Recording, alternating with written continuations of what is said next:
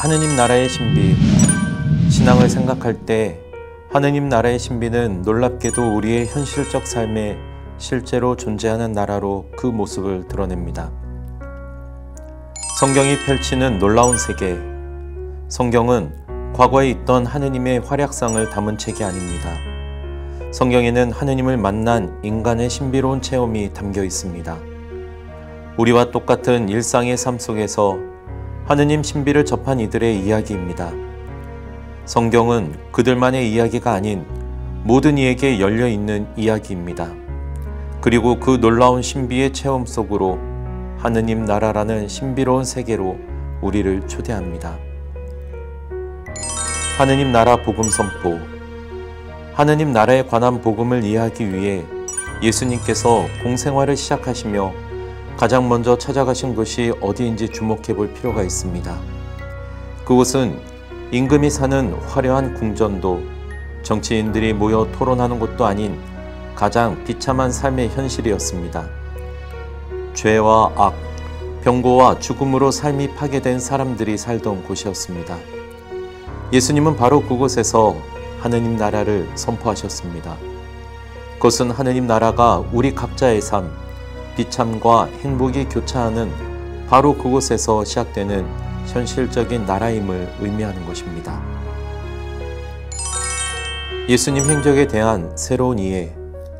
예수님께서는 병자를 고쳐주고 악령을 쫓아내시며 당신이 선포하신 하느님 나라를 바로 그곳에서 실현시키셨습니다. 이 이야기를 오늘 새롭게 이해할 필요가 있습니다. 기적과 치유는 과학적으로 증명이 불가능한 허무맹랑한 이야기도 아니며 정치적 영웅을 찬양하는 과장된 이야기는 더더욱 아닙니다. 그 이야기의 본질을 이해하기 위해 물리적 차원을 넘어 삶의 깊은 차원에서 일어나는 일에 눈을 뜰 필요가 있습니다. 삶을 파괴하는 것. 예수님께서 만난 사람들은 질병과 고통, 더러운 악령과 죽음의 위협 속에 사는 이들이었습니다. 그것들의 본질은 삶을 파괴하는 것이었습니다. 가령 베짜타 묵가의 병자는 다시 건강해지고 싶으냐는 예수님의 물음에 자신을 도와줄 사람이 아무도 없다고 대답하였습니다. 병은 소리 없이 그의 삶에 들어가 사랑과 희망과 믿음을 박탈하고 그의 삶을 피폐하게 파괴시키고 있었던 것입니다. 말씀으로 시작되는 기적. 아무런 희망도 없던 그 병자가 새롭게 살기 위해 필요했던 것은 말씀이었습니다. 철저한 고독 속에 파묻혀 사는 그에게 관심을 기울이며 그의 사정에 공감하고 그를 향해 건넨 주님의 말씀, 바로 그 말씀이 병자로 하여금 자신의 어둡고 꽉 막힌 삶에서 벗어나도록 합니다. 예수님의 기적에서 무엇보다 중요한 것은 만남 그 자체입니다. 예수님은 불특정 다수의 사람들을 단 한 번의 손짓이나 주문으로 치유하지 않으셨습니다. 한 사람 한 사람은 불러 그 앞에 서게 하십니다. 그의 눈을 바라보며 그의 영혼의 말씀을 건네십니다. 그리고 물으십니다. 진정 원하는 것이 무엇이냐고. 마치 우리가 바라지 않으면 그분께서는 아무것도 하실 수 없는 것처럼 말입니다. 하느님 나라의 본질. 예수님을 만난 사람들, 하느님 나라의 복음을 접한 그들의 삶에 새로운 미래가 열립니다. 삶이 회복되는 기적이 일어납니다. 예수님과 함께 도래한 하느님의 나라는 먼 훗날에나 들어갈 나라가 아닌 지금 오늘 나의 삶을 망가뜨리는 죄와 악의 흐름에 맞서 삶을 회복시키는 하느님의 다스림입니다. 복음서는 기적이나 치유가 아닌 예수님과 만난 사람들 안에 새롭게 실현될 것에 주목하게 합니다. 예수님의 관심은 치유나 기적, 구마나 이적이 아닌 사람에 있었습니다. 그 안에 무너진 삶을 회복시키는 것이 그분의 관심사였던 것입니다. 사랑의 다스림. 하느님의 나라가 하느님의 다스림이라면 그것은 무력이 아닌 사랑의 다스림입니다. 사랑의 다스림으로 병과 죽음, 죄와 악이 힘을 잃고 말았습니다. 그것은 인격의 고귀함에 대한 예수님의 사랑 깊은 공감에서 비롯되었습니다.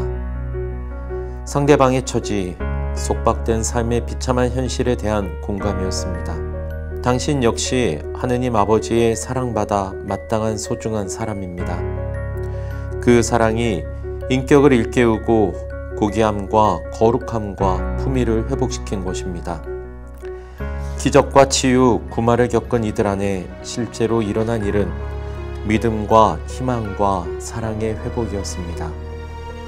그것은 예수님과의 인격적 만남을 통해 가능했습니다. 그분의 사랑과 따뜻한 인격을 만남으로써 믿음이 회복되었고 하느님과 이웃, 나 자신과의 관계가 회복되었으며 이로써 진정한 의미에서의 새로운 삶이 가능케 되었던 것입니다. 우리의 하느님 나라. 성경 이야기 앞에서 우리는 묻습니다. 우리에게 하느님 나라는 어떤 것인가? 먼 훗날에 들어갈 나라인가? 지금 우리가 처한 비참하고 고통스러운 현실과는 전혀 상관없는 곳인가? 복음서는 말합니다. 우리의 가장 힘든 삶의 현실이 바로 하느님 나라가 실현되는 곳이라고 말입니다. 우리가 삶을 파괴하는 흐름에 맞서 새로운 삶을 살고픈 열망을 발견하고 다가오시는 주님의 손길에 마음을 열고 솜을 내밀 때 분명 내 안에 믿음의 회복이라는 놀라운 기적이 일어날 것입니다. 어쩌면 그 나라는 이미 우리 안에 시작되었는지도 모릅니다. 우리가 마음을 먹고 그 나라를 향해 마음을 연다면 곧 그 나라의 놀라운 결실이 맺어질 것입니다.